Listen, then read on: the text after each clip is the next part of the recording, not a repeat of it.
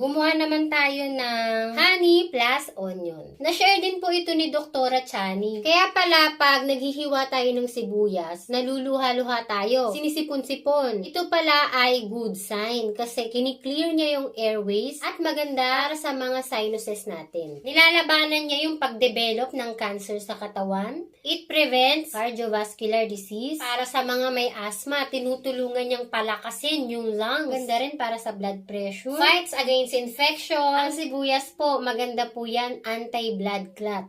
Dinidissolve niya yung blood clot. I-add mo pa yung benefits na makukuha mo sa pure and raw honey. As per Doc Chani na rin, meron siyang vitamins, minerals, amino acids. Maganda yung honey para palakasin yung resistensya mo. May sore throat kayo, haluan nyo lang yan na luya, kalamansi. Basta pure and raw yan. Meron siyang anti-aging properties. Parado yung ilong nyo. Maghiwa lang kayo ng sibuyas, lagay nyo sa tabi nyo po yan. Pag matutulog na kayo, makakatulong siya para lumuwag yung paghinga nyo. Paalala rin po ni Doc Chani na dapat yung mabibili nyo honey ay hindi gawa lang sa mga corn syrup o mga asukal kasi lalo ka lang magkakaubo. Dapat tulad ng malikhain pure and raw honey, 100% walang halo. Direkta po tayo mismo sa mga nagpupuhab. Direkta po tayo sa mga pukyutan na bubuyog sa bundok. Pwede pong ibabad ng 4 to 6 weeks ang sibuyas sa honey. Kahit after 24 hours, pwede nyo na po siyang gamitin. Masarap yung lasa nito, magugustuhan din po to ng mga bata. Konti na lang siya ngayon kasi inaraw-araw namin.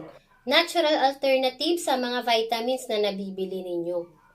Kasi ito, sure kayo natural, walang side effect. Subukan nyo po ito. Chapter ka. Pwede nyo rin pong panoorin pala yung detox vlog natin. Ito yung totoong proven safe and effective.